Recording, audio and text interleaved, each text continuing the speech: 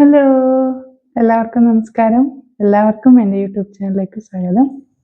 ഇന്ന് ഞാൻ പുഴുങ്ങലരി കൊണ്ട് ഒരു സോഫ്റ്റായിട്ടുള്ള പുട്ട് എങ്ങനെ ഉണ്ടാക്കാമെന്ന് കാണിച്ചിട്ടുണ്ട്. അത് നിങ്ങളെല്ലാവരും ട്രൈ ചെയ്ത് നോക്കൂ. എൻ്റെ ചാനൽ സബ്സ്ക്രൈബ് ചെയ്യണേ, ലൈക്ക് ചെയ്യണേ, ഷെയർ ചെയ്യണേ. Thank you. ഹലോ! ഇന്ന് ഞാൻ പുഴുങ്ങലരി കൊണ്ട് പുട്ട് എങ്ങനെ ഉണ്ടാക്കുക എന്നുള്ളത് ഈ വീഡിയോയിൽ കാണിക്കുന്നുണ്ട്. ഞാനിവിടെ എടുത്തിരിക്കുന്നത് ചുവന്നരിയാണ്, ചുവന്ന പുഴുങ്ങലരി. നിങ്ങൾക്ക് വെള്ളയോ ചുവന്നത് ഏത് വേണമെങ്കിലും എടുക്കാം.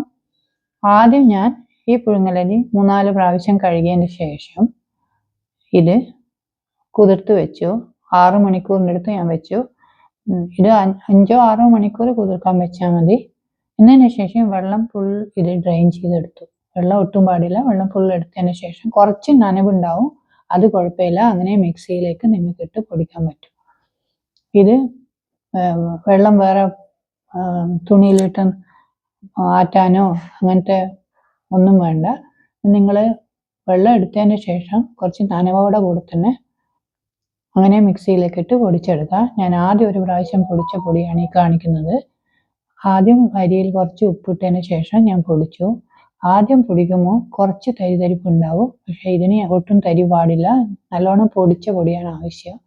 കാരണം നല്ലോണം പൊടിയുമാണ് നല്ല ടേസ്റ്റ് ഉണ്ടാവുക.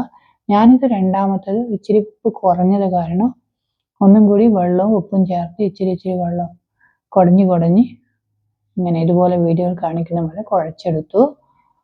ഇതുപോലെ ഒറ്റയടിക്ക് വെള്ളം ഒഴിക്കാൻ പാടില്ല, കുറച്ച് കുടഞ്ഞ് ഇതുപോലെ കണ്ട വീഡിയോയിൽ കാണിക്കുന്ന പോലെ കുറേശ്ശെ വെള്ളം ഒഴിച്ച് ഒരു 1/4 ഗ്ലാസ് മതി ഈ പൊടിക്ക്, അധികം പാടില്ല. എന്നതിന് ശേഷം ഞാൻ ഒന്നും കൂടി മിക്സിയിലിട്ട് പൊടിച്ചിട്ട് രണ്ടാമത് പൊടിച്ച പൊടിയാണ് ഈ കാണുന്നത്. ഇത് നല്ലോണം പൊടിച്ചിട്ടുണ്ട്. പിന്നെ മിക്സിയിലേക്ക് അരി ഇടുമ്പോൾ ഫുൾ ജാർ ഫുൾ ഇടാൻ പാടില്ല. ഒരു അര ജാർ ഇട്ടിട്ട് പൊടിച്ചെടുത്താൽ പെട്ടെന്ന് പൊടിയും. ഫുൾ ജാർ ഇട്ട് കഴിഞ്ഞാൽ പൊടിച്ച് കിട്ടാൻ കുറച്ച് പാടാണ്. ഞാൻ അര ഇട്ടിട്ടാണ് പൊടിക്കാറ്. ഇപ്പോൾ അതിന് ശേഷം പൊടിച്ചെടുത്തതാണിത്. ഈ പുഴുങ്ങലരി പുട്ട് നല്ല സോഫ്റ്റാണ്. ഇതിന് വറക്കേണ്ട ആവശ്യമില്ല. പച്ചരിയാകുമ്പോൾ നമ്മളൊന്നും ചൂടാക്കിയിട്ടല്ലേ പിന്നാലെ പുട്ടുണ്ടാക്കാറ്. ഇത് നിങ്ങൾക്ക് നാളെ രാവിലെ ബ്രേക്ക്ഫാസ്റ്റിന് വേണമെങ്കിൽ ഇന്ന് രാവിലെ വെള്ളത്തിലിട്ടതിന് ശേഷം കുതിർത്തതിന് ശേഷം വൈകുന്നേരം പൊടിച്ചിട്ട് ഫ്രിഡ്ജിൽ വെച്ചാൽ പിറ്റേന്ന് രാവിലെ ബ്രേക്ക്ഫാസ്റ്റ് ഉണ്ടാക്കുന്നതിൻ്റെ ഒരു 10 മിനിറ്റ് മുമ്പ് ഫ്രിഡ്ജിനടുത്ത് വെളിയിൽ വെച്ച് കഴിഞ്ഞാൽ നിങ്ങൾക്ക് പുട്ടുണ്ടാക്കാൻ പറ്റും. നല്ല ടേസ്റ്റി ആയിട്ടുള്ള പുട്ടാണ്. എനിക്ക് പുഴുങ്ങലരി പുട്ടാണ് പച്ചരിയെക്കാട്ടും കൂടുതൽ ഇഷ്ടം. അതുകൊണ്ട് ഞാൻ എപ്പോഴും പുഴുങ്ങലരി തന്നെയാണ് ഉണ്ടാക്കാറ്. കാരണം പുഴുങ്ങലരി ആകുമ്പോൾ എനിക്ക് വറക്കേണ്ട ആവശ്യമില്ല.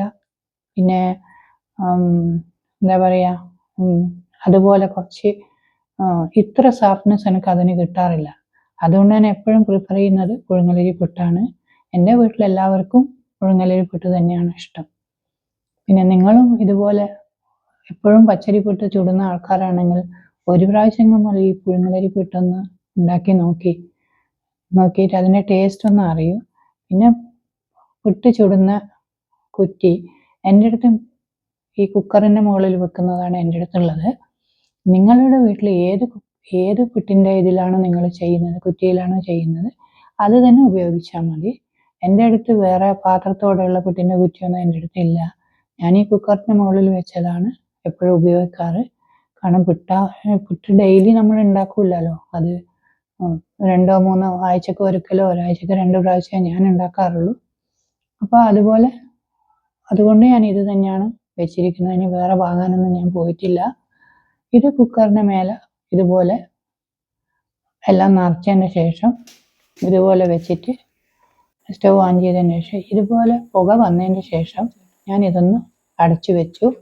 അതിനുള്ള മൂടി ഉണ്ടല്ലോ, അതുപോലെ അടച്ചു വെച്ചതിന് ശേഷം ഒരു 10 മിനിറ്റ് ഞാൻ ലോ ഫ്ലെയിമിൽ വേവിച്ചെടുത്തു.